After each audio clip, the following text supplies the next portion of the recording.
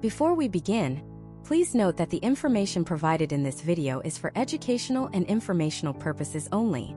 It is not intended to be a substitute for professional financial or legal advice. I am not a licensed financial advisor or insurance agent. You should always consult with a qualified and licensed professional before making any decisions about your insurance coverage. Your individual circumstances are unique, and the insurance products that are right for you depend on a variety of factors. Imagine this for a second. You're driving your car. It's a good car, maybe a 2014 Toyota that's been with you for years. It's completely paid off, the engine is reliable, and your insurance bill is dirt cheap. You feel smart. You feel responsible. You're only paying for what the law requires, something called liability-only coverage, and you're saving a solid chunk of cash every single month. Life is good. Then one afternoon, the car in front of you slams on its brakes. You react, but it's too late. The sickening crunch of metal echoes as you rear-end a brand new top-of-the-line SUV. Thankfully, everyone is okay, just shaken up. You exchange information, the police file a report, and you call your insurance company, relieved that you're covered. And you are. Your insurance company assesses the damage to the other person's SUV, a whopping $35,000, and after your deductible, they write a check to the other driver. They covered your liability, but then you ask the big question. Okay, so what about my Toyota? The whole front end is destroyed. It's undrivable. And the voice on the other end of the line says something that makes your stomach drop. I'm sorry, but your policy doesn't cover your vehicle. You're left standing there metaphorically on the side of the road with a totaled car, no money to fix it, no money to replace it, and the horrifying realization that the insurance you've been paying for was never meant to protect you at all. This isn't some scare tactic. This is the brutal, wallet-crushing reality for millions of American drivers who have liability-only car insurance and have absolutely no idea what it truly means. They think, I have insurance means, I'm protected. But they're wrong. And that misunderstanding is a ticking financial time bomb. The purpose of this video is to disarm that bomb. By the time we're done, you will understand with crystal clarity what liability-only insurance is, what it covers, and most importantly, what it leaves terrifyingly exposed. We will break down who this coverage is actually for, and who should run from it as fast as they can. This isn't just about saving money on a premium. It's about saving yourself from potential financial ruin. So let's rip the Band-Aid off and define the term. What is liability? In the insurance world, liability is just a formal word for fault. It means you are legally and financially responsible for damages or injuries you cause to someone else. Therefore, liability-only insurance is, quite simply, I'm at fault insurance. Think of it as I'm sorry insurance. It's a policy designed to protect your assets, your savings, your home, your future wages, from being taken in a lawsuit after you cause an accident. It pays for the other person's problems, not yours. It never ever pays for your car or your injuries. It is entirely focused outward on the damage you inflict on the world around you. This outward protection is broken down into two fundamental pillars. The first is bodily injury liability, or BI. This is for people. It covers the medical expenses, the lost wages, and even the pain and suffering of the people you injure in an accident you cause. Let's say you accidentally run a stop sign and you T-bone another car. The driver of that car breaks their leg. Your bodily injury liability is what steps in to help pay for their ambulance ride, their hospital bills, their surgery, their physical therapy, and the income they lose from being unable to work for 2 months. Covers their passengers too. If their kids were in the back seat and needed to be checked out at the ER, bodily injury liability helps pay for that. It's all about the human cost of an accident. The second pillar is property damage liability, or PD. This is for stuff. It covers the cost of repairing or replacing anything you damage with your car. The most obvious thing is the other person's vehicle. In that T-bone accident, your property damage liability is what pays to fix their car. If the damage is so bad the car is declared a total loss, your insurance pays them the actual cash value of their vehicle right before the crash. But it's not just cars. If you swerve to avoid a deer and take out someone's mailbox and a section of their expensive vinyl fence, property damage liability covers that. If you back into a light pole in a shopping center parking lot, it covers that. Anything that isn't yours that you break with your car falls under this category. So, bodily injury for their bodies, property damage for their stuff. Seems simple enough. But here's the critical piece of the puzzle that most people miss. What about you? What about your car? In that T-bone accident, your airbag deployed and you broke your wrist. Your car is a mangled wreck. What does your liability-only policy do for you? Absolutely nothing. Zero. Zilch. It does not pay for your medical bills. It does not pay for your lost wages. And it will not give you one single penny to repair or replace your vehicle. You are completely 100% on your own. That is the fundamental trade-off.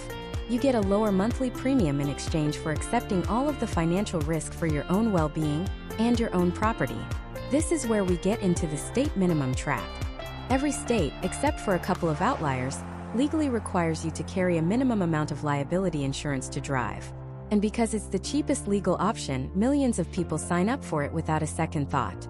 But here's the terrifying truth.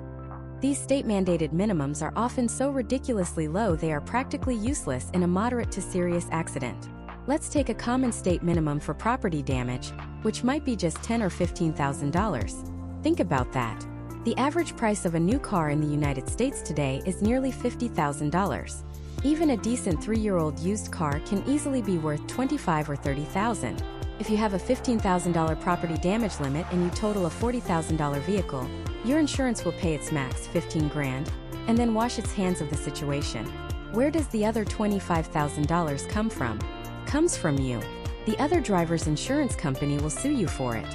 They will come after your bank accounts, your investments, and if you don't have the cash, they can get a court order to garnish your future wages, taking a piece of your paycheck every single week for years until the debt is paid. That cheap insurance policy just became the most expensive mistake of your life. The bodily injury minimums are just as dangerous. You might see numbers that look like this: 25/50/15. This is called a split limit, and it's how most policies are structured. It's confusing, but it's actually simple when you break it down. The first number, 25, stands for $25,000. That's the maximum amount your policy will pay for any one person's bodily injuries in an accident you cause. The second number, 50, stands for $50,000.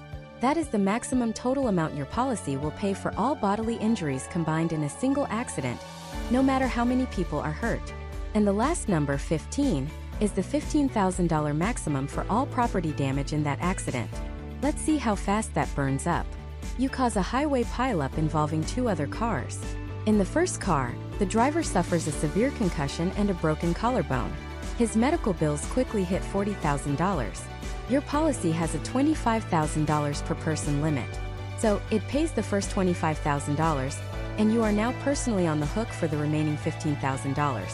In the second car, a husband and wife both get whiplash and need treatment. Their combined bills are $15,000. Your policy has already paid $25,000 to the first driver, and your total per accident limit is only $50,000. That leaves just $25,000 left in the pot. So, your insurance pays their $15,000 bill. Now you've used $40,000 of your $50,000 bodily injury limit. And we haven't even talked about the cars yet. Both of their cars are totaled, with a combined value of $35,000. Your property damage limit? A measly $15,000. Your insurance pays that, and you are now being sued for the remaining $20,000 for the cars, on top of the $15,000 you already owe for the first driver's medical bills. In the span of about 8 seconds, your state minimum liability policy has left you $35,000 in debt, with a wrecked car of your own and no way to fix it. This is the state minimum trap. It gives you a false sense of security while offering almost no real protection in the modern world. So we've established what liability only covers, the other guy, and what it doesn't cover you. We've seen how the legally required minimums can be a financial disaster waiting to happen. Which begs the obvious question. If it's so limited and so risky, why on earth does this type of insurance even exist? Who should ever, under any circumstances, actually buy it? And the most important question of all, are you one of them? To understand the answer, you have to understand the fundamental philosophy behind car insurance in the United States. It's not actually about you. It's not about your car. At its core, mandatory car insurance is a form of financial responsibility. It's a social contract. When you get behind the wheel of a 2-ton metal machine capable of traveling at lethal speeds, society grants you that privilege on one condition: that you have the financial means to make things right if you mess up. You have to be able to pay for the damage you cause to other people and their property. That's it. That's the baseline. The government isn't forcing you to protect your own car. They're forcing you to protect everyone else from your car. And the absolute cheapest, most basic way to fulfill that legal obligation is with a liability-only policy. So what does liability actually mean? Think of it as a financial shield. But it's a shield that only points outwards. It protects everyone else from you, and in doing so, it protects your bank account from them. If you cause an accident, you are legally liable, meaning responsible for the costs. Your liability insurance is what steps in to pay those costs, up to your policy's limits.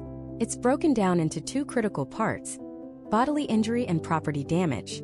Let's start with bodily injury, or BI. This is the big one. This pays for the medical expenses of the people you injure in an accident you cause. And we're not just talking about a few stitches.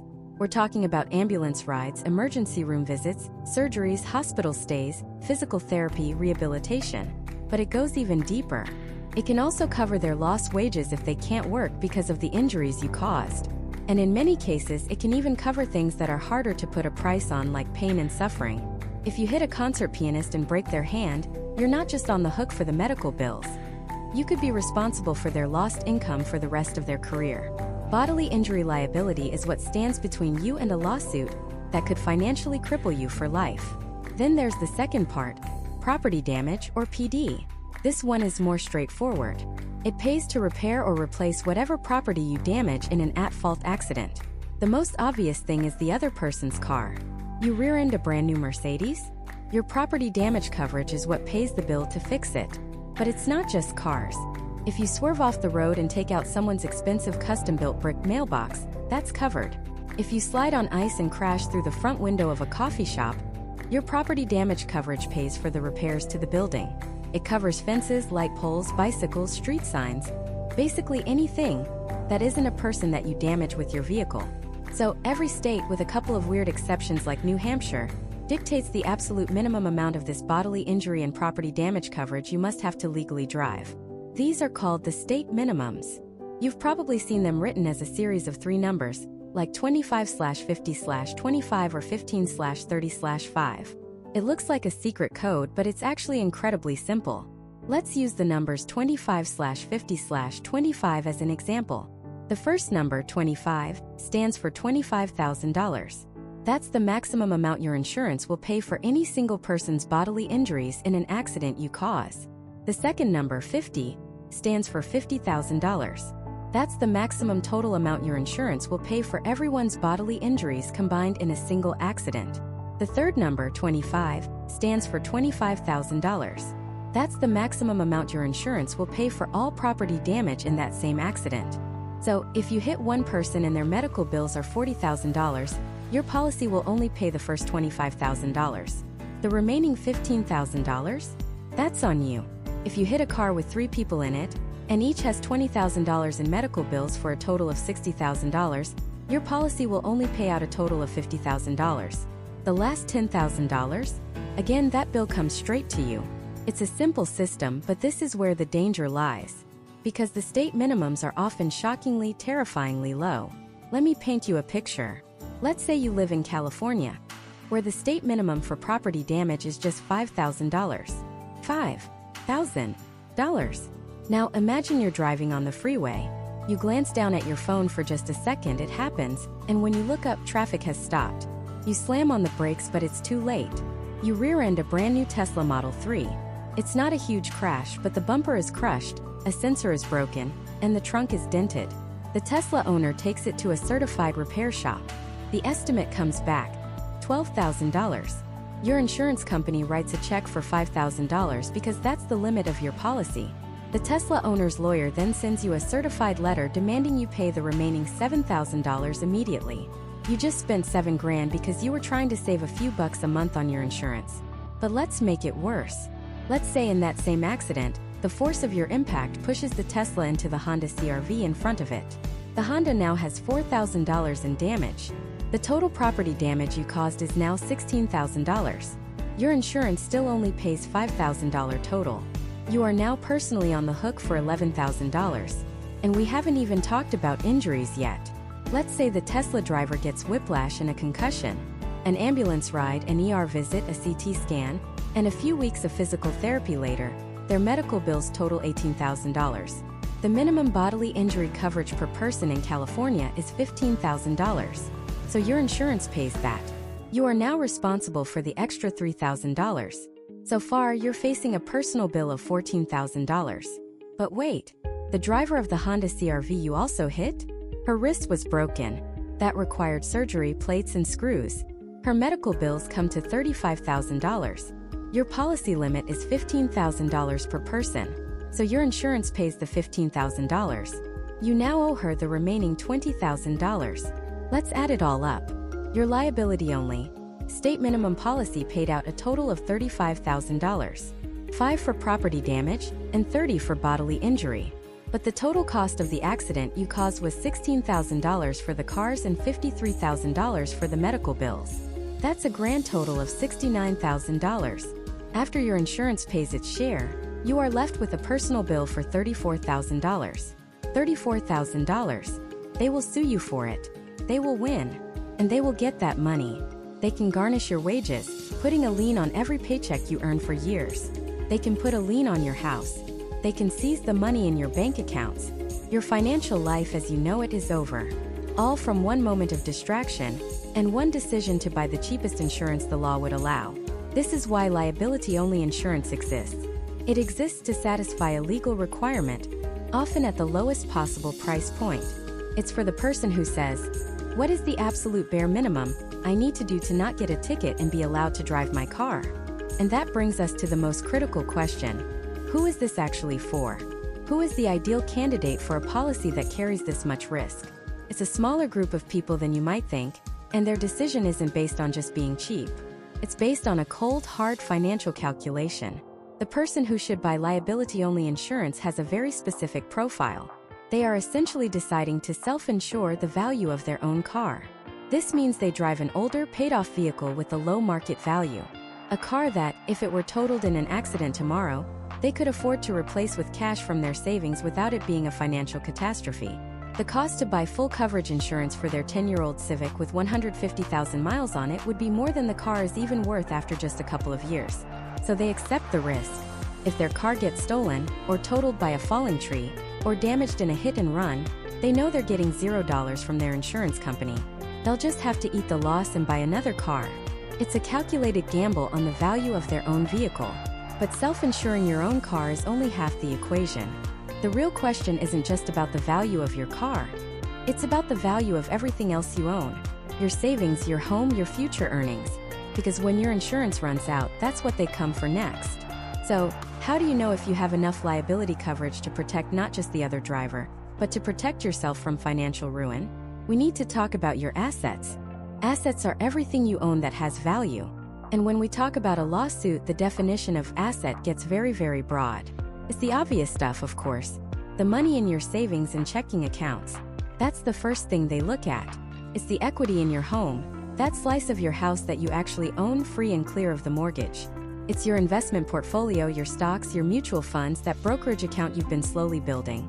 It can even be valuable personal property, art, jewelry, a classic car sitting in the garage. But there's one asset that almost everyone has, and it's the one most people forget about. It's the asset that lawyers get most excited about. Your future. Your ability to earn an income. Your future paychecks are considered an asset that can be seized year after year after year. Let's make this real. Meet Mark. Mark is 35. He's a good guy, works hard as a project manager. He's not rich, not by a long shot. He has about $20,000 in a 401k, another $5,000 in savings.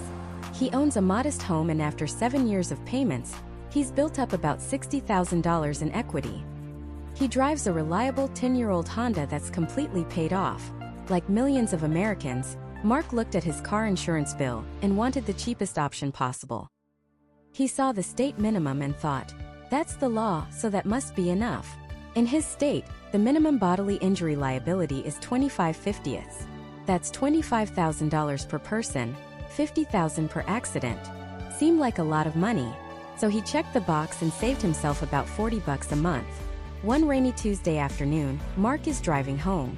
He's tired, a little distracted by a stressful day at work. He glances down at his phone for just a second to check a notification. But a second is all it takes.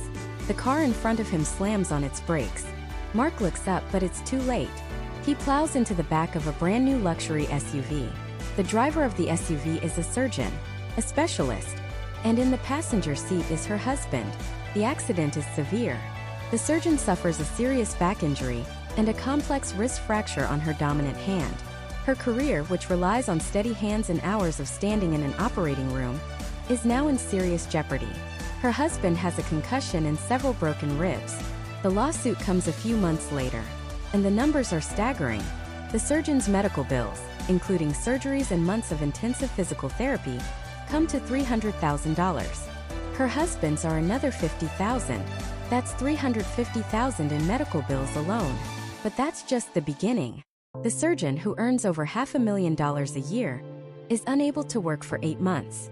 That's over $300,000 in lost income. And her lawyer argues successfully that her injury is permanent.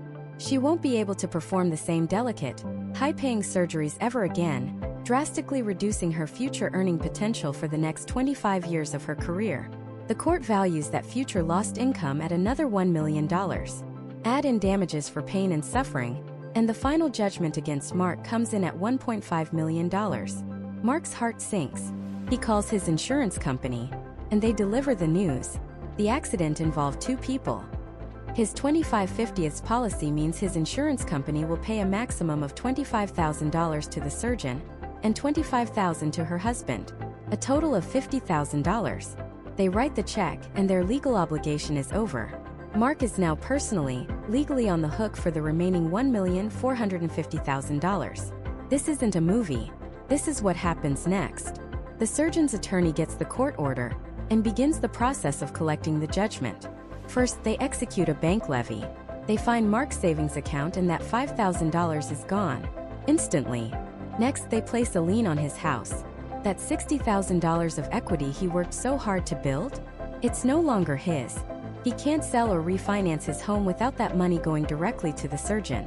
They could even force a sale of the house to collect it.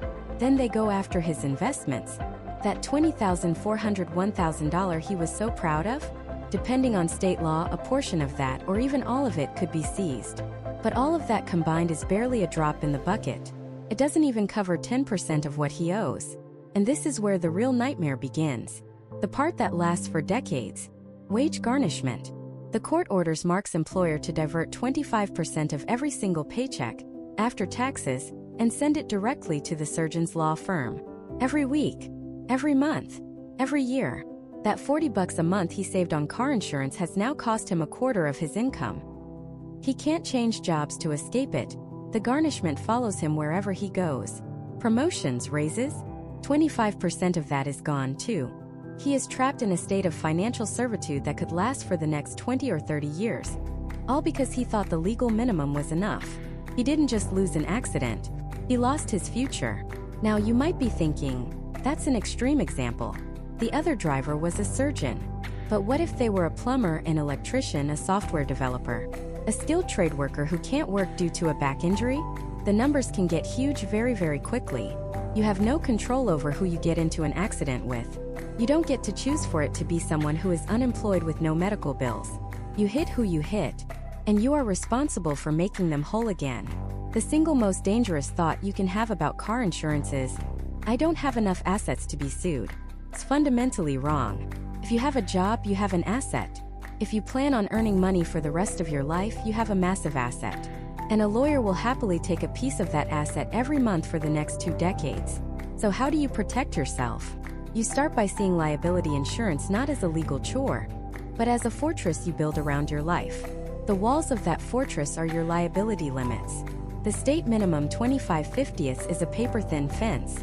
A slightly better policy, maybe $50,000/150,000 per person, $100,000 per accident, is a step up, but it's like a wooden wall. It can still be broken through easily in a serious accident. The first level of real protection for most people starts at $100,000/300. $100,000 per person, $300,000 per accident. This is a strong stone wall. It will protect you from a vast majority of claims. For many people, this is a solid, responsible baseline. If you have more significant assets, a home with a lot of equity, a healthy retirement fund, you should be looking at $250,000/500. $250,000 per person, $500,000 per accident. This is the gold standard. This is the fortress with a moat. It is designed to handle the catastrophic, life-altering accidents. And here is the secret that insurance companies don't exactly advertise. The price difference between these levels of protection is not what you think. Jumping from the paper-thin state minimum to the stone wall of 100-300 coverage isn't 4 times the price. Often, it's the difference of $15 or $20 a month. The jump from 100-300 to the 250-500 Fortress might be another $10 or $15 on top of that. We're talking about the price of a Netflix subscription or a few cups of coffee. So the question isn't, can I afford higher limits? The real question is, can I afford not to? Can you afford to risk a quarter of your paycheck for the next 30 years to save $20 a month? When you frame it that way, the answer becomes painfully obvious. The state minimum isn't designed to protect you. It's designed to protect the other driver, and only to a very, very small degree. Your liability coverage, the coverage you choose, is the only thing that protects your house, your savings, your investments, and your entire future. So we've established how to build a fortress to protect yourself if you cause an accident. But there's another scenario, one that's just as terrifying. What if you do everything right? You're stopped at a red light, and someone plows into the back of you. It's their fault completely. And you're the one with the serious injury. You're the one with hundreds of thousands in medical bills and you can't work. You find out the driver who hit you did what Mark did. They only have the state minimum. Or even worse, they have no insurance at all. Who pays for your recovery? Who pays for your lost wages? Suddenly, their bad decision has become your life-ruining catastrophe. And that is where a completely different part of your own policy becomes the single most important line of defense you have.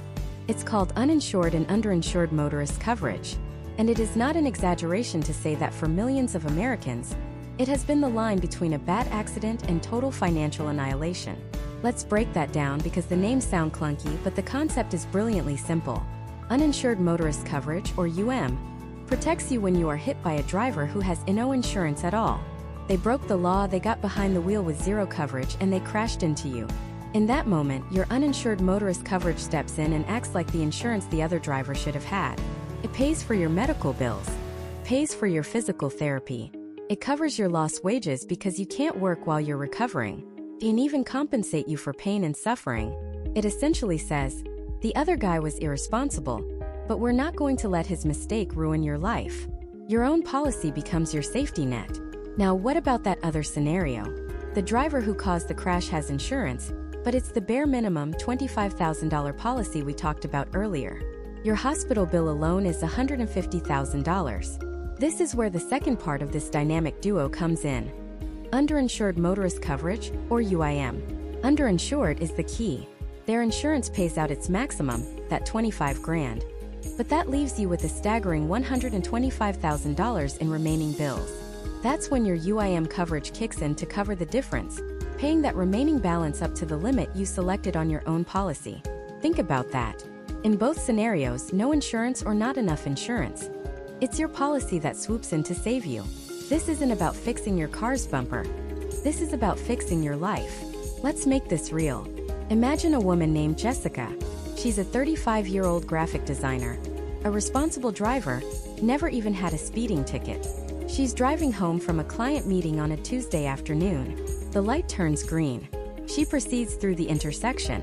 Out of nowhere, a beat-up sedan barrels through the red light and T-bones her car. The impact is violent. Airbags deploy, glass shatters. The next thing she knows, she's in an ambulance, her leg is broken in 2 places, and she has a severe concussion. The driver of the other car is fine. He walks away. And when the police run his information, they discover he has no license, no registration, and certainly no insurance. He's what they call judgment proof. You can't sue someone who has nothing. Jessica spends 3 days in the hospital. She needs surgery to put a rod in her leg. The initial hospital bill is $80,000. She'll need months of physical therapy, costing another $20,000. And she can't work. As a freelance designer, if she doesn't work, she doesn't get paid. She's looking at 6 months of lost income. Another $40,000 down the drain. Total damages? $140,000 and climbing. She's lying in her hospital bed, staring at the ceiling, and the panic is setting in. She sees her savings, her home, her entire future evaporating because of one person's reckless decision. The person who caused all this has no way to pay, and she feels utterly hopeless.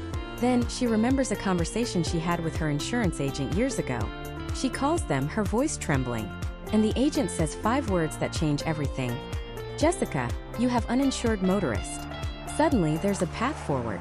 Her own insurance policy starts paying the hospital directly. It approves the physical therapy she needs to learn to walk again. And most importantly, it starts cutting her checks for lost wages, so she can continue to pay her mortgage and buy groceries while she recovers. Her uninsured motorist coverage, a part of her policy she barely remembered buying, didn't just save her from debt. It saved her from despair. It allowed her to focus on healing, not on bankruptcy.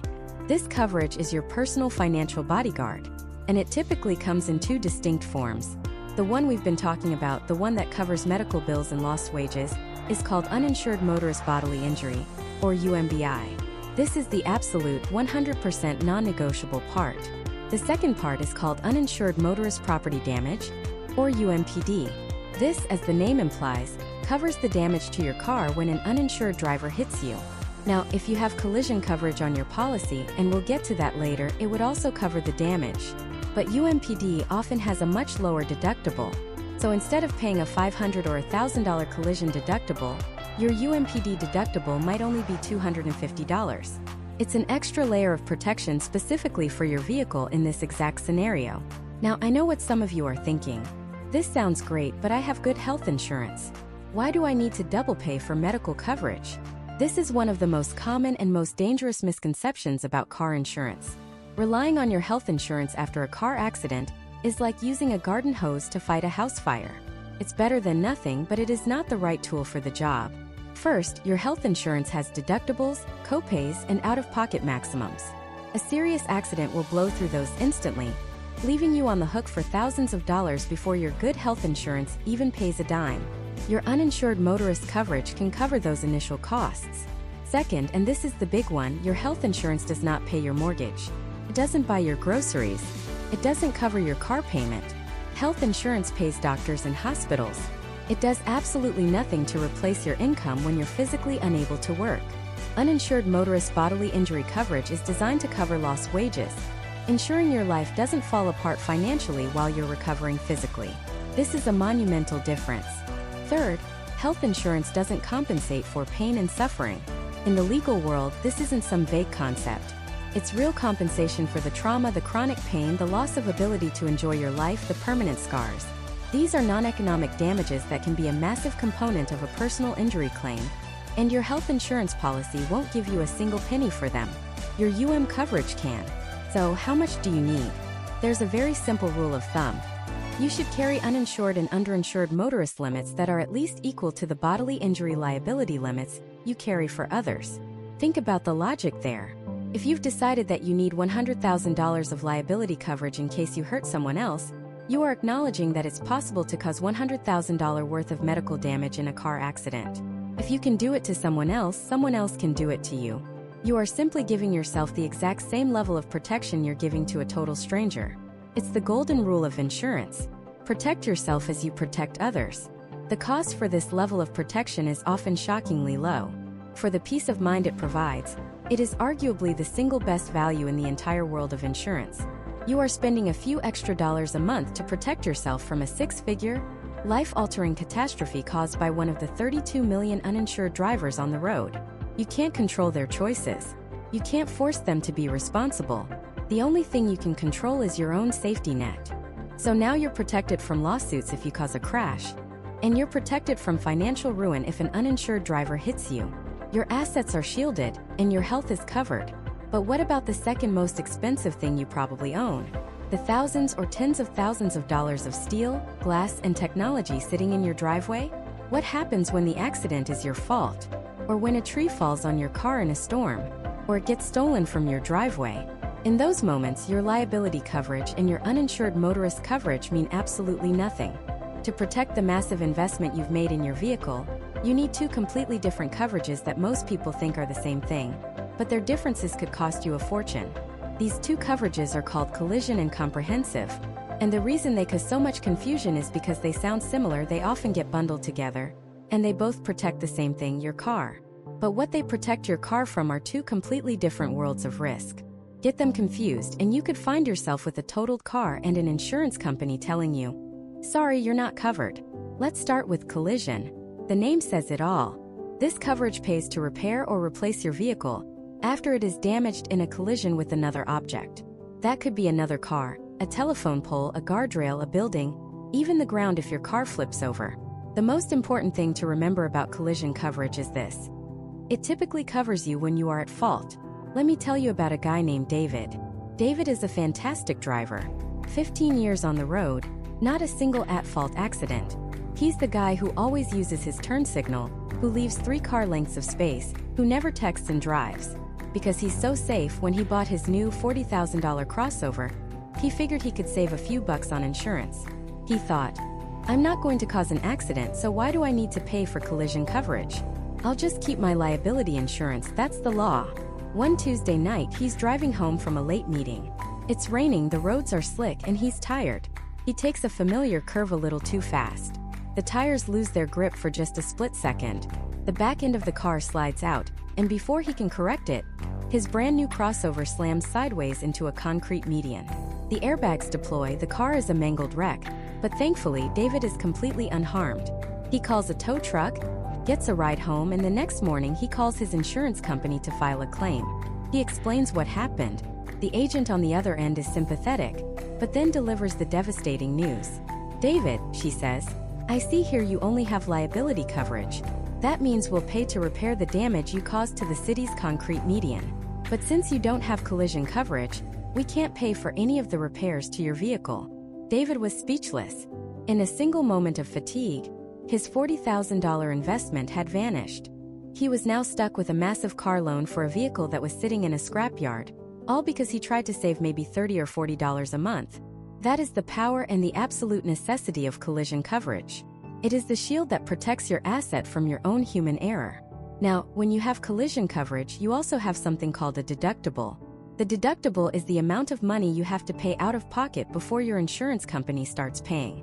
They're usually in amounts like $500, $1,000, or even $2,000. Let's go back to David's crash. If he had collision coverage with a $1,000 deductible, the process would have been completely different. The insurance company would have determined his car was a total loss and valued it at $40,000. David would pay his $1,000 deductible, and the insurance company would have cut him a check for the remaining $39,000 to go buy a new car. A $1,000 problem is a lot better than a $40,000 catastrophe. The higher your deductible, the lower your monthly premium will be. The lower your deductible, the higher your premium will be. It's a trade-off.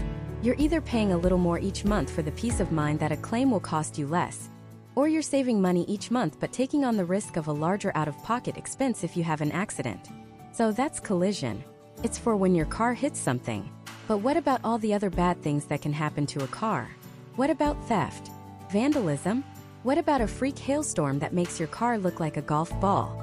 That's where the second coverage, comprehensive, comes in. Think of comprehensive coverage as the act of God, or life is unpredictable policy. It covers damage to your vehicle from just about everything except a collision. Let's imagine another driver, Sarah. She lives in Colorado. She just bought her dream car and parks it in her driveway. One summer afternoon, the sky turns a dark, ominous green. A massive hailstorm erupts, dropping baseball-sized chunks of ice for 10 straight minutes. When it's over, she looks outside to find her brand new car, absolutely pummeled with hundreds of dents. It's heartbreaking. This wasn't a collision. She didn't hit anything. Nothing hit her in a traditional accident. This is exactly what comprehensive coverage is for. She calls her insurance, files a claim under her comp coverage, pays her $500 deductible, and the insurance company pays the $8,000 it costs to make her car look new again. Comprehensive covers a huge list of potential disasters. If your car is stolen from a mall parking lot, that's a comprehensive claim. If a disgruntled neighbor keys your paint from bumper to bumper, that's a comprehensive claim. If a deer runs out in front of you and you hit it, that's a comprehensive claim. Fire, floods, falling trees, riots, and earthquake, all of these are covered by comprehensive. And that deer example? It highlights the single most important and misunderstood difference between collision and comprehensive. Listen closely because this one detail could save you a headache and a lot of money.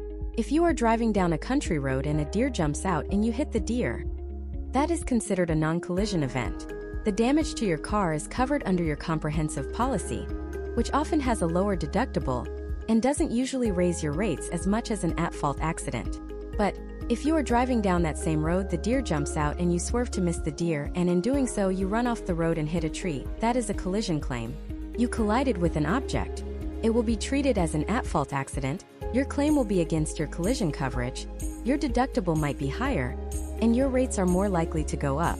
It's a crazy distinction, but it's how insurance works. Hitting the animal is comprehensive. Swerving and hitting a tree is collision. One event, two different outcomes, two completely different types of coverage. So when people talk about having full coverage, this is what they usually mean. Full coverage isn't an official insurance term, but it's widely used to describe a policy that includes the legal minimum of liability, plus collision and comprehensive. Together, this trio protects you from damaging others, and it protects your own car from both your mistakes and the randomness of the universe. If you have a loan or a lease on your vehicle, your lender will almost certainly require you to carry both collision and comprehensive, and it makes perfect sense. Until you pay it off, that car is their asset. They are a part owner. They're not going to let you drive their multi-thousand-dollar asset around without a guarantee that if it gets destroyed, they're going to get their money back. But what if you own your car outright? What if it's an older car that's paid off? Do you still need both? Maybe not. This is where you can make a smart financial decision. The general rule of thumb is to look at your car's actual cash value, what it's worth today, not what you paid for it, and compare that to the cost of your coverage. A good guideline is the 10% rule. If the annual cost of your collision and comprehensive coverage is more than 10% of your car's value, it might be time to consider dropping them. Let's say you have a 15-year-old Honda Civic worth about $3,000. You look at your policy and see that you're paying $600 per year just for the collision and comprehensive portion. That's 20% of the car's total value, every single year. Your deductible is $1,000. So if you total the car, the absolute most the insurance company will pay you is $2,000. In this case, you're paying $600 a year to protect a potential $2,000 payout. It might make more sense to drop the coverage, put that $600 a year into a savings account, and effectively self-insure for that old car. But if your car is worth $30,000, and your collision and comp coverage costs, say $900 a year, that's only 3% of the car's value. Dropping the coverage to save $900 would be an enormous gamble. One single mistake, one falling tree branch, could instantly wipe out a $30,000 asset. So, collision protects your car from your own driving errors. Comprehensive protects it from nearly everything else. Together, they form the armor that protects your vehicle's value. But now that we've covered the big things, damage to other people, injuries to yourself, and catastrophic damage to your own car, what's left? What about the gaps? The small, infuriating expenses and situations that insurance often overlooks? We're talking about getting stranded on the highway, needing a rental car after a crash, or the single biggest financial blind spot that exists after a new car is totaled. These are covered by optional add-ons, and one of them is so cheap and so valuable, it's almost financial malpractice not to have it. Let's start with that last one, the add-on that is so valuable, it's almost financial malpractice not to have it. It's called uninsured and underinsured motorist coverage. Let's just call it UM/UIM for short. And to understand why it's so critical, I need you to imagine a scenario. You're driving your paid-off, reliable 10-year-old sedan. You have a solid liability-only policy, let's say 50/100/50. You're being responsible. You're stopped at a red light and suddenly, bam, you get rear-ended. Hard. The other driver was texting and never even hit the brakes. Your car is crumpled, your back is seriously messed up, and you're taken to the hospital in an ambulance. Now, in a perfect world, the other driver who is 100% at fault would have great insurance. Their bodily injury liability would pay for your ambulance ride, your hospital stay, your physical therapy, and the wages you lose from being unable to work. Their property damage liability would pay to repair or replace your car. Simple, right? But we don't live in a perfect world. What if that driver has no insurance at all? Right now, in America, about 1 in every 8 drivers on the road with you is completely uninsured. 1 in 8. In states like Mississippi, it's 1 in 4. So what happens then? You can sue them, sure. But the kind of person who drives without insurance is usually what lawyers call judgment-proof. They have no money, no assets. You can't get blood from a stone. So you're left with a wrecked car, a mountain of medical debt, and no income. Your life is turned upside down because someone else was irresponsible. This is where uninsured motorist coverage becomes your financial superhero. It's insurance you buy for the other guy. It steps in and acts like the at-fault driver's liability policy when they don't have one. Your coverage will pay for your medical bills, your lost wages, your pain and suffering, up to the limits you choose. It literally protects you from financial ruin caused by the most irresponsible people on the road. Now let's rewind the scenario. What if that driver wasn't uninsured but underinsured? Let's say they did the absolute bare minimum and only have the state-required $25,000 in bodily injury liability, but your medical bills alone are $80,000. Their insurance pays out its max, the $25,000, and then that's it. They're done. You are still on the hook for the remaining $55,000. This is where the underinsured motorist part kicks in. It covers the gap between the other driver's low-limit policy and your actual costs, up to the limit of your UIM policy. You get to choose your UM/UIM limits, and the golden rule is to always select limits that are at least as high as your own liability coverage. If you're protecting others with a 100-300 policy, you should be protecting yourself with a 100-300 UM/UIM policy. The cost for this coverage is shockingly low. We're often talking about just a few dollars a month for hundreds of thousands of dollars in protection. It is, without a doubt, the single best value in the entire world of car insurance. Skipping it to save $5 a month is like removing the fire extinguisher from your kitchen to save space. It's a catastrophic mistake waiting to happen. Now, a close cousin to this is another optional coverage called medical payments or MedPay. In some states, it's a more robust, required version called personal injury protection, or PIP. Think of MedPay as a small, immediate health insurance policy specifically for car accidents. And the magic word here is no fault. It doesn't matter who caused the accident. If you're injured in your car, or even as a pedestrian hit by a car, MedPay can cover your initial medical expenses up to its limit, which is typically something like $1,000, $5,000, or $10,000. Why would you want this if you have health insurance? 3 huge reasons. First, speed. MedPay pays out right away, without waiting for fault to be determined. Your health insurance might wait to see if another party is going to pay. Second, deductibles and copays. If you have a $5,000 health insurance deductible, a trip to the ER after a fender bender could cost you $5,000 out of pocket. But if you have $5,000 in MedPay, it can cover that deductible for you. Third, your passengers.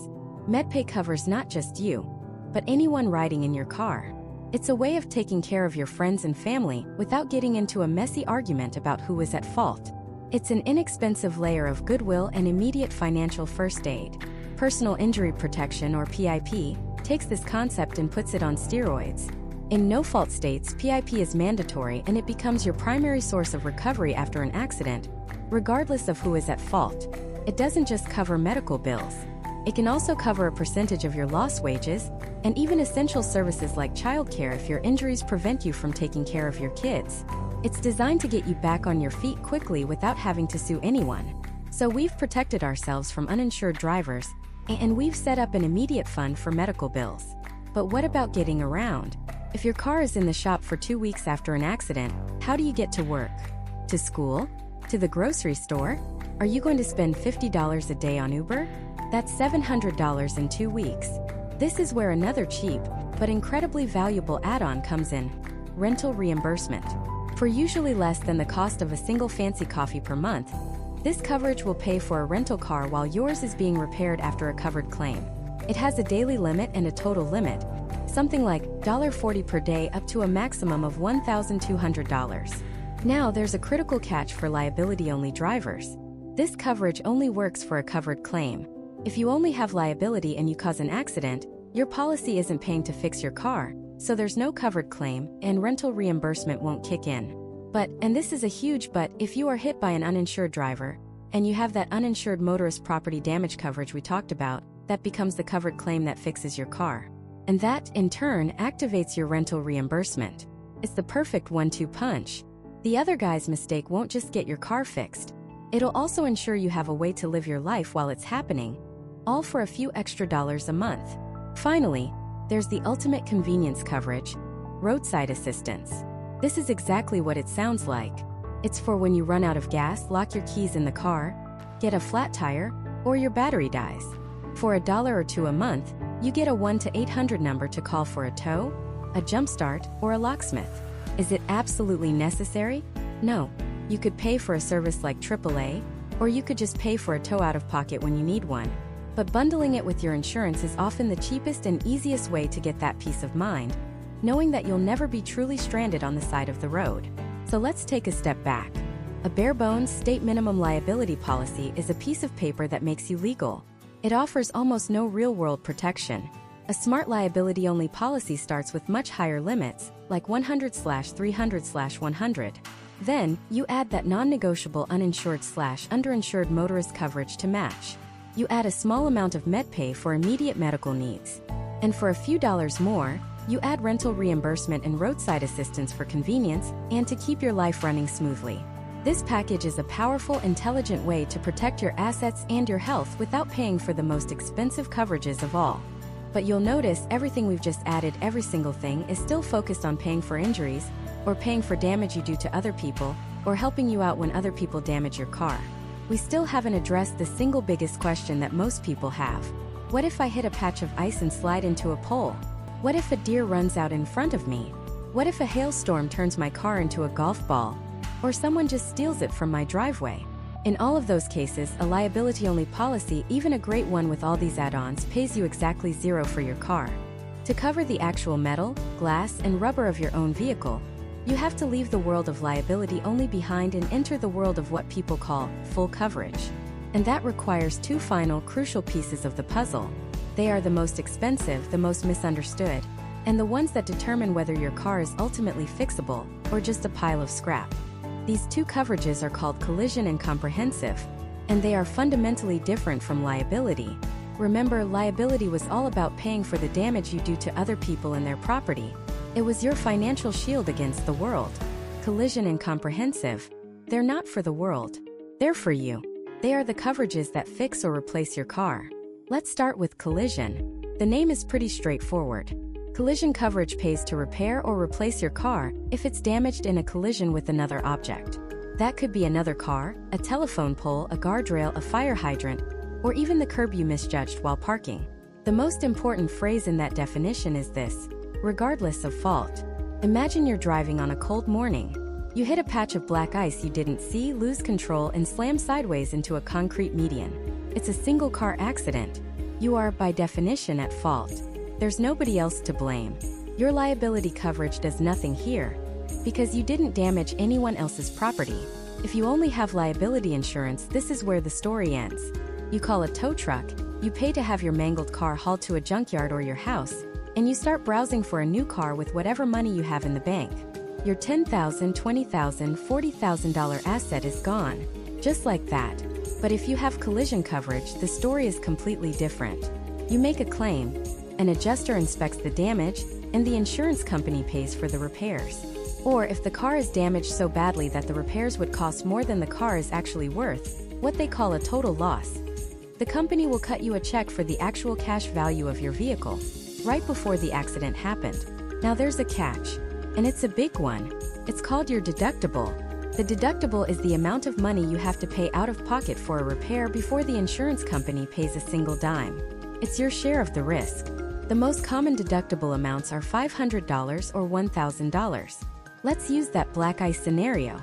Say the damage to your car is $8,000, and you have a $1,000 deductible.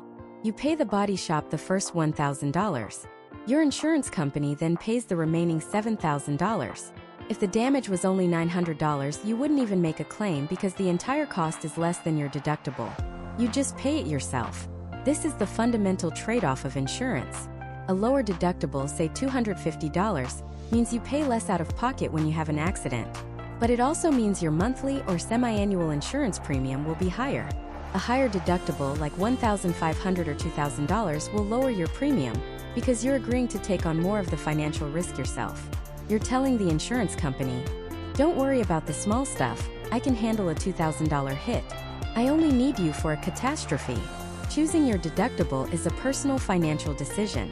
It's a bet on your own driving and a calculation of how much cash you could comfortably part with on a moment's notice. So that's collision. It's for when your car hits something. But what about all the other bad things that can happen to a car that don't involve a crash?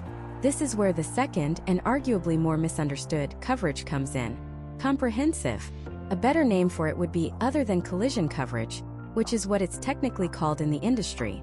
Comprehensive covers damage to your car from a wild list of unfortunate events.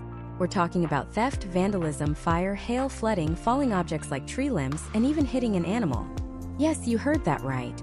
If a deer jumps out in front of you and you hit it, that is not a collision claim. It is a comprehensive claim. The logic, however strange it seems, is that you didn't collide with an inanimate object or another vehicle. You encountered an unpredictable act of nature. But if you swerve to avoid the deer and you hit a tree instead, that is a collision claim. It's a bizarre but critical distinction that can have real-world consequences, especially if you, for some reason, had one coverage but not the other. Comprehensive is for the stuff you have almost zero control over. A freak hailstorm that makes your car look like a golf ball? That's comprehensive. Someone keys your car in a parking lot? Comprehensive. Your car is stolen from your driveway? Comprehensive. And just like collision, it also has a deductible. Often, people choose a lower deductible for comprehensive than for collision, because the claims are typically less frequent and the cost of the coverage itself is usually much lower than collision coverage. So when you put it all together, your state-mandated liability coverage, plus your optional collision coverage, plus your optional comprehensive coverage, you get the magic combination that people call full coverage. But I have to let you in on a secret. Full coverage doesn't actually exist. It's not a real insurance product. It's just slang. It's a convenient shorthand people use to say they have the big three. But it's a dangerous term because it implies that everything is covered no matter what. And that is never ever true. There are always limits, always exclusions, and always other situations that these three basic coverages don't account for. The real question is, do you need collision and comprehensive? If you have a loan on your car or you're leasing it, the answer has already been made for you. Yes, you need them. The bank or leasing company that technically owns your vehicle requires you to have both coverages. It's non-negotiable. They have a financial interest in that car. And they're not going to let you drive their asset around without insurance to protect it from being wrecked or stolen. But what if you own your car outright? No loan, no lien, the title is in your name. Now it's your choice. And it becomes a simple but cold financial calculation. The question you have to ask yourself is this: if my car were totaled tomorrow, could I afford to go out and buy another one with cash without it causing a major financial crisis in my life? If your car is worth $25,000 and you don't have $25,000 sitting around for a new car, then you absolutely need collision and comprehensive. The monthly premium is your payment for peace of mind, for the guarantee that a single moment of bad luck won't force you into debt or leave you without transportation. But what if your car is a 15-year-old beater that's worth maybe $2,000? And let's say your collision and comprehensive coverages with a $500 deductible are costing you $600 per year. You're paying $600 to protect a $2,000 asset. And even if it's totaled, the most the insurance company will give you is $1,500 after your deductible. Is that worth it? Maybe not. In this case, you might decide to self-insure. You drop collision and comprehensive, you save that $600 a year in premiums, you put it in a savings account, and you accept the risk that if the car gets wrecked, you're on your own. A great rule of thumb many financial advisors use is the 10% rule. If the annual cost of your collision and comprehensive premium is more than 10% of your car's cash value, you should seriously consider dropping it. For that $2,000 car, 10% is $200. Since the premium is $600, it's well past the point of being a good value. For the $25,000 car, 10% is $2,500. If your premium for those coverages is, say, $1,200 a year, it's still very much worth it. This is the power you have when you own your vehicle. You get to make a business decision about your own property. You can weigh the cost against the benefit and choose the level of risk you are comfortable with. So now you understand the three pillars: liability to protect your assets from the world, and collision and comprehensive to protect your car from the world. You're now miles ahead of most drivers on the road. But there's a massive gap we still haven't addressed. A terrifying scenario where none of this is enough. What happens when the person who hits you did none of this? What happens when they have no insurance at all? Or they have the bare minimum and your medical bills are 10 times that? That's when your own policy needs to protect you from them. And it has a secret weapon to do just that. This secret weapon is called uninsured and underinsured motorist coverage. And it is, without a doubt, one of the most important, most misunderstood, and most criminally undervalued coverages you can have on your policy. It's the one thing that stands between you and financial ruin when the person who hits you made a terrible decision, not just on the road but on their insurance paperwork. Let's break it down. It's really two coverages in one. First, uninsured motorist or UM. This is exactly what it sounds like. It protects you when you are hit by a driver who has zero insurance. Nothing. They're driving illegally, they cause a crash, and they have no way to pay for the damage they've caused you. Statistics from the Insurance Research Council suggest that about 1 in every 8 drivers on the road is uninsured. In some states, it's as high as 1 in 4. That means on your daily commute, you are sharing the road with dozens, if not hundreds, of drivers who are a financial time bomb waiting to go off. When one of them hits you, your uninsured motorist coverage steps in and acts like the insurance the other driver should have had. It pays for your injuries and your passengers' injuries. It covers your medical bills, your lost wages if you can't work, and even compensation for pain and suffering. This part is called uninsured motorist bodily injury, or UMBI. There's also a component for your car, called uninsured motorist property damage, or UMPD. If an uninsured driver hits you, this coverage can pay to repair or replace your vehicle, up to the limit you choose. Now this is where it gets a little tricky. UMPD isn't available in every state. In states where it is, it often comes with a small deductible, say $250. For someone with a liability-only policy who has dropped their collision coverage, UMPD is an absolute lifesaver. It's a very specific, much cheaper version of collision coverage that only applies when the person who hits you is identified and confirmed to have no insurance. And it's the only thing that will fix your car in that scenario, other than your own checkbook. But what about the other scenario we talked about? The one that's arguably even more common. The driver who hits you has insurance. They just have the absolute bare minimum required by law. Let's paint a picture. You're driving a safe, reliable sedan. You're stopped at a red light. Suddenly, you hear the screech of tires and bam! You're rear-ended by a truck going 50 miles per hour. The crash is violent. Your car is crumpled. You're rushed to the hospital with a serious back injury and a fractured arm. You need surgery, physical therapy, and you're going to be out of work for 3 months. The bills start piling up. The ambulance, the emergency room, the surgeon, the hospital stay, the follow-up appointments, the rehab. Before you know it, your medical bills have soared past $75,000. And your lost wages add another $15,000 on top of that. You're looking at $90,000 in damages. The police report comes back. The other driver was 100% at fault. They were texting and driving. A wave of relief washes over you. At least their insurance will cover it. But then you get the call. The driver who hit you only carried the state minimum liability coverage. In many states, that's just $25,000 for bodily injury per person. So their insurance company sends you a check for $25,000. And that's it. That's all they are legally obligated to pay. You're still left with a $65,000 hole. $65,000 in medical bills and lost income that you are now responsible for, because someone else was reckless. Your health insurance might cover some of the medical, but you'll still have deductibles, co-pays, and out-of-network costs. And it does nothing for the $15,000 in wages you lost. This is the exact moment that can derail a family's entire financial future. This is where the second part of our secret weapon comes in. Underinsured motorist coverage, or UIM. Underinsured motorist coverage is your shield against this exact nightmare. It bridges the gap between your actual damages and the at-fault driver's pathetic liability limit. In our story, with $90,000 in damages and the other driver only having $25,000 in coverage, you have a $65,000 gap. If you had $100,000 of underinsured motorist coverage on your own policy, your insurance company would step in and pay that remaining $65,000. They make you whole. They cover the gap created by the other driver's poor choice. Do you see how powerful this is? Liability coverage protects your assets from others. Uninsured and underinsured motorist coverage protects your assets, your health, and your family from the irresponsibility of others. When you are building a liability-only policy, this is not a feature you should consider optional. This is the core of smart self-defense. You can't control if other people buy enough insurance. You can't control if they buy any insurance at all. But you can control whether their bad decision ruins your life. Now let's add a layer to this. In many states, you'll be offered the option to stack your UM/UIM coverage. This is a concept that sounds complicated, but it's actually a simple, powerful upgrade. If you have more than one car on your policy, stacking allows you to combine the uninsured motorist coverage limits from each car.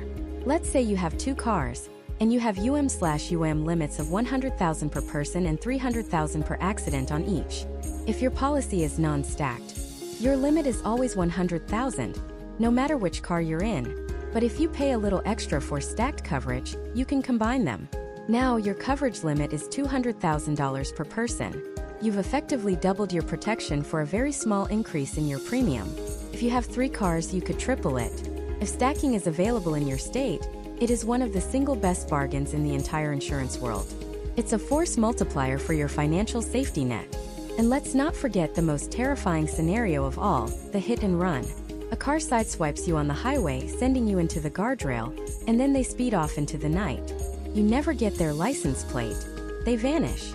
In the eyes of your insurance company, a hit and run is treated as being hit by an uninsured driver. Because the at-fault driver and their insurance are phantom, they don't exist. If you don't have uninsured motorist coverage, you are completely on your own. Your medical bills are your problem. If you dropped collision, the damage to your car is your problem. But with UM coverage, your own policy comes to the rescue. Your UMBI will cover your medical costs, and if you have it, your UMPD will cover your car repairs. It turns a moment of complete helplessness into a manageable situation. So how much of this coverage should you get? The rule of thumb shared by nearly every financial advisor and insurance expert is simple. You should carry UM/UIM limits that are at least equal to your own bodily injury liability limits. The logic is undeniable. If you've decided that you need, say, $250,000 in liability coverage to protect your assets in case you hurt someone else, why on earth would you insure yourself for less than that? Are you and your family not worth the same level of protection that you're extending to a stranger? Protecting yourself with the same fervor you protect others isn't just smart. It's a fundamental principle of financial responsibility. So we now have a policy that protects your assets from a lawsuit if you're at fault, and a policy that protects your health and your finances if someone else is at fault, regardless of how much or how little insurance they have. We've built a formidable fortress, but there's still a critical piece missing. All of this coverage, bodily injury, property damage, it all depends on one thing: determining who is at fault. And that can take time. Investigations, police reports, witness statements, legal battles that can take weeks, months, even years. But your bills won't wait. The ambulance company wants to be paid now. The emergency room wants its money this month. What about the immediate aftermath of an accident? Who pays for those initial, critical medical expenses right away, before anyone has even decided who is to blame? There's a type of coverage designed for exactly that immediate need, and it operates on a completely different principle than everything we've discussed so far. It's called first-party, no-fault coverage, and it's a total game-changer. The 2 main types are medical payments coverage, often called MedPay, and personal injury protection, known as PIP. They sound similar, but they operate in vastly different leagues.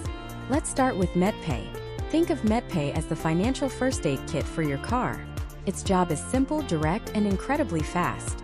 MedPay covers reasonable and necessary medical and funeral expenses for you and your passengers if you're injured in an accident, regardless of who is at fault. Let that sink in. Regardless of fault. You could literally be the one who caused the accident, and your MedPay would still step in to cover your doctor bills. Your passengers' bills too. There's no waiting for a lengthy investigation. No finger pointing. No trying to prove the other driver ran the red light. You get in a wreck, you go to the emergency room, you give them your MedPay information, and the bills get paid up to your coverage limit. It's designed to solve the immediate problem of paying for medical care right now. What does it cover? Things like health insurance deductibles, co-pays, ambulance rides, doctor visits, surgery, x-rays, dental work if your teeth are injured in the crash, and even in the worst-case scenario, funeral expenses. And who does it cover? This is where it gets even more valuable. Covers you, the policyholder. It covers your resident relatives, your spouse, your kids, anyone living in your household. And it covers any passengers in your insured vehicle. But here's the part most people don't know. It often follows you outside the car. If you or a family member are hit by a car while walking, jogging, or riding a bike, your MedPay coverage can often step in to cover your injuries. Imagine a simple scenario.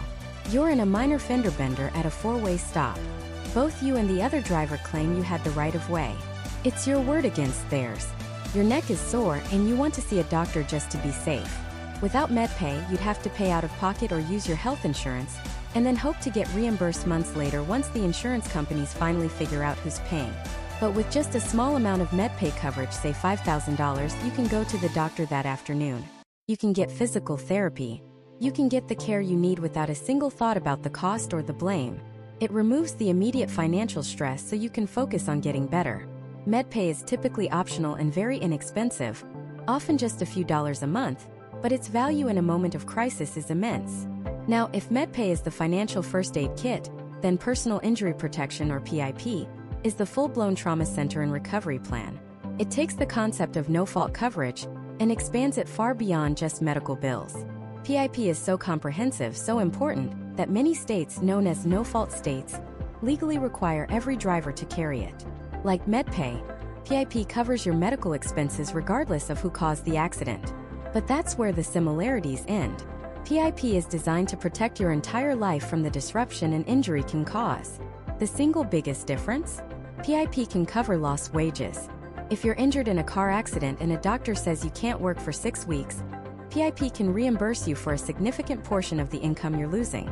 For anyone who is self-employed, a freelancer, or doesn't have generous sick leave, this is not a benefit. It is a lifeline.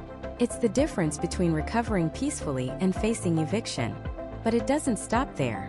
PIP also covers rehabilitation costs, like long-term physical or occupational therapy. And this next one is incredible. It can cover what's called replacement services. What does that mean? It means if your injuries prevent you from doing your normal, essential tasks, PIP can help pay for someone else to do them. It can pay for childcare if you can't look after your kids. It can pay for a cleaning service if you can't maintain your home. It can pay for lawn care, for grocery delivery, for all the little things that become impossible when you're seriously hurt. Let's paint a picture. You're a single parent working as a contractor. You get into a serious accident that wasn't your fault, leaving you with a broken leg that requires surgery. The other driver's insurance will eventually pay, but their lawyers are delaying, trying to offer you a lowball settlement. In the meantime, the bills don't stop. You can't work. You can't drive your kids to school. You can't even clean your own house. This is a nightmare scenario. But if you have PIP coverage, the nightmare fades.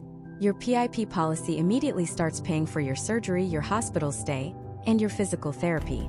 It then starts sending you a check to replace a percentage of the income you're losing every week you're out of work. And it even helps cover the cost of a service to help with childcare and household chores while you're laid up. PIP doesn't just patch you up. It holds your life together while you heal.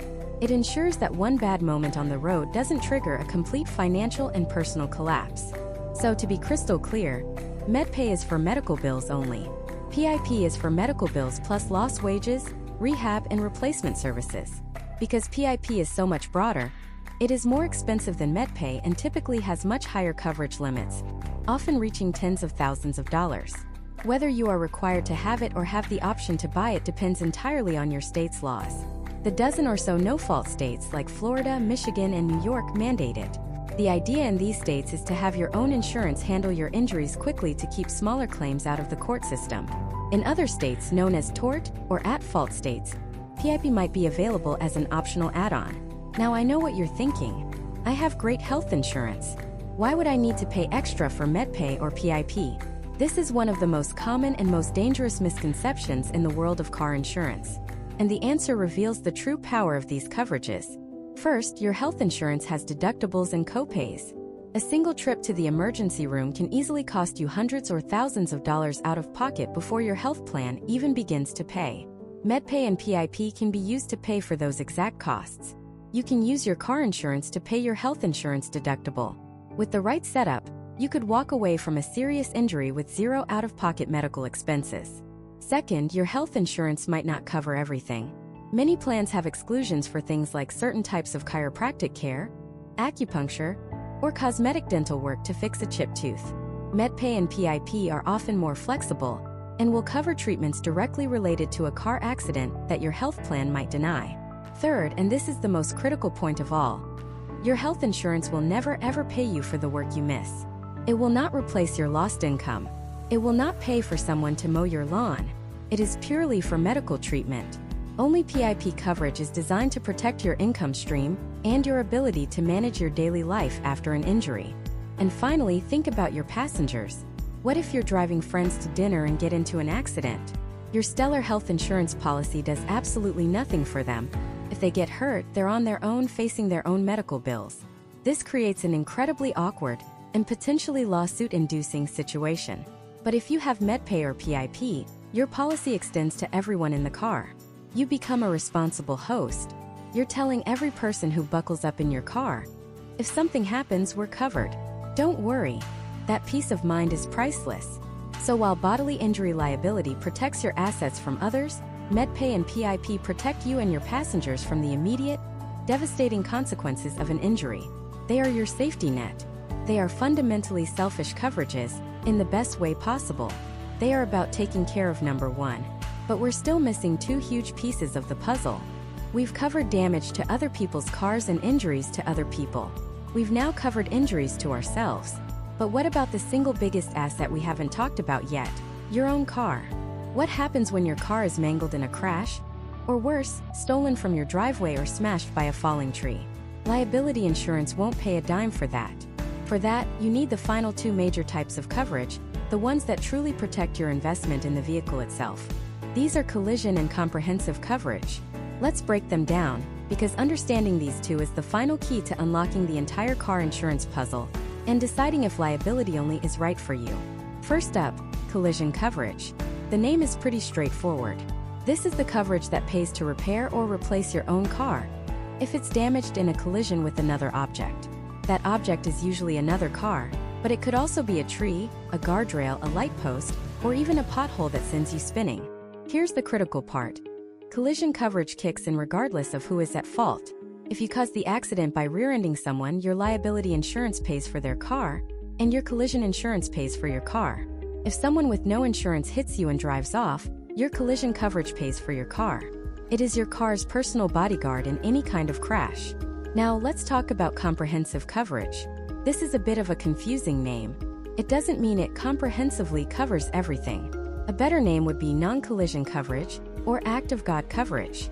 Comprehensive handles almost everything else that can happen to your car when you're not driving it, or when the damage isn't from a typical collision. We're talking about theft. You walk out to your parking spot and it's just empty. Comprehensive covers that. A massive hailstorm rolls through and turns your car's roof into a golf ball. Comprehensive. A tree branch snaps in a windstorm and crushes your hood. Comprehensive. You're driving down a country road at dusk, and a deer leaps out in front of you. Believe it or not, that's a comprehensive claim, not a collision claim, because it involves an animal. Fire, vandalism, flooding. All of this falls under the umbrella of comprehensive.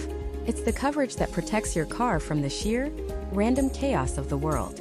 Now, both collision and comprehensive come with a very important string attached. The deductible. A deductible is the amount of money you have to pay out of your own pocket for a claim before the insurance company pays a single dollar. Think of it as your copay for a car repair. Deductibles typically range from $250 to $1,000, or even higher. Let's say you have a $500 deductible for your collision coverage. You get into a fender bender that causes $3,000 of damage to your car. You will pay the first $500, and the insurance company will then pay the remaining $2,500.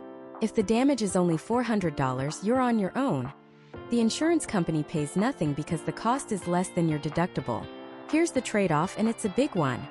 The higher your deductible, the lower your monthly premium will be. Why? Because you're agreeing to take on more of the financial risk yourself. You're telling the insurance company, don't worry about the small stuff. I'll handle it. I only need you for the big, catastrophic damage. Choosing a higher deductible, like going from $500 to $1,000, can save you a significant amount of money on your premium every year.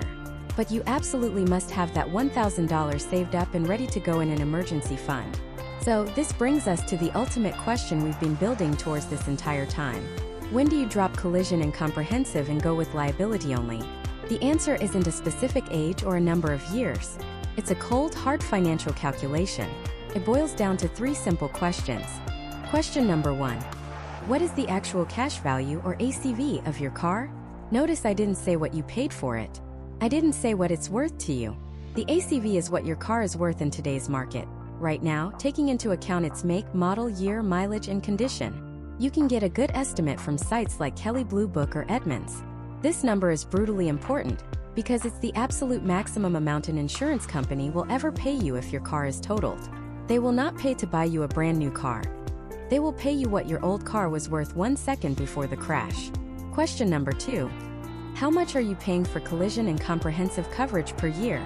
Pull out your insurance policy declaration page. It will be listed right there. It might be a few $100s, or it might be over $1,000 depending on your car and driving record. Now for the math. Here's a widely used rule of thumb. If the annual cost of your collision and comprehensive coverage is more than 10% of your car's actual cash value, it's time to seriously consider dropping it. Let's run the numbers. Say your car's ACV is $4,000, and you're paying $800 a year for collision and comp. That's 20% of your car's value. You're paying a huge premium to protect a relatively small asset. In 5 years, you would have paid $4,000 in premiums, the entire value of the car, just for the possibility of a claim.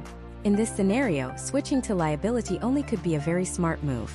You're essentially self-insuring the value of your car. But that leads us to the third and most important question. If your car were totaled tomorrow, could you afford to repair or replace it with cash you have on hand, without it wrecking your financial life? This is the gut check moment. If your $4,000 car is your only way to get to work, and you don't have $4,000 in an emergency fund, then paying that $800 premium might be worth the peace of mind. It's a safety net. But if you have $10,000 or more sitting in savings, and losing that car would be an annoyance but not a catastrophe, then why are you paying an insurance company hundreds of dollars a year to protect against a risk you can comfortably afford to take on yourself? That money could be going into your retirement account paying down debt, or invested somewhere it can actually grow. This is the core principle. You insure what you cannot afford to lose. You don't pay a company to manage small, affordable risks for you. You transfer the risk of a massive, life-altering lawsuit to them with liability insurance. You handle the risk of your old car's value yourself, once you're financially able to. There is one major exception to all of this. If you have a loan on your car or if you are leasing it, you don't have a choice. The bank or leasing company that technically owns the vehicle will absolutely require you to maintain both collision and comprehensive coverage. Why? Because the car isn't just your asset, it's their collateral. They need to ensure that if you wreck it, their investment is protected. They will be listed as a loss payee on your policy, meaning the insurance check goes to them first to pay off the loan. Once you've paid off that loan and you have the title in your hand, you are free to make the decision to switch to liability only based on the 3 questions we just covered. So let's bring it all home. We started by asking a simple question. What is liability-only insurance? And we discovered it's the legal minimum, the shield that protects your entire financial future from being wiped out by a lawsuit if you cause an accident. Protects everyone else from you, but it does absolutely nothing for you, or for your car.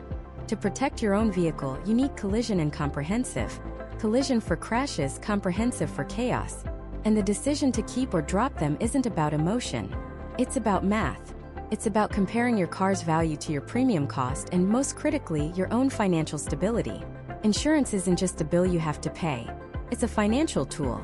And like any tool, you need to know how to use it properly to get the most value out of it. By understanding these components, liability, collision, comprehensive, and deductibles, you've moved from being a passive consumer to an informed decision maker. You now have the knowledge to look at your own policy, not with confusion but with confidence, and ask the right questions. You can tailor your coverage to your exact needs, ensuring you're not paying a penny more than you have to, while still being protected from a catastrophic loss. That is the real power of understanding what you're buying.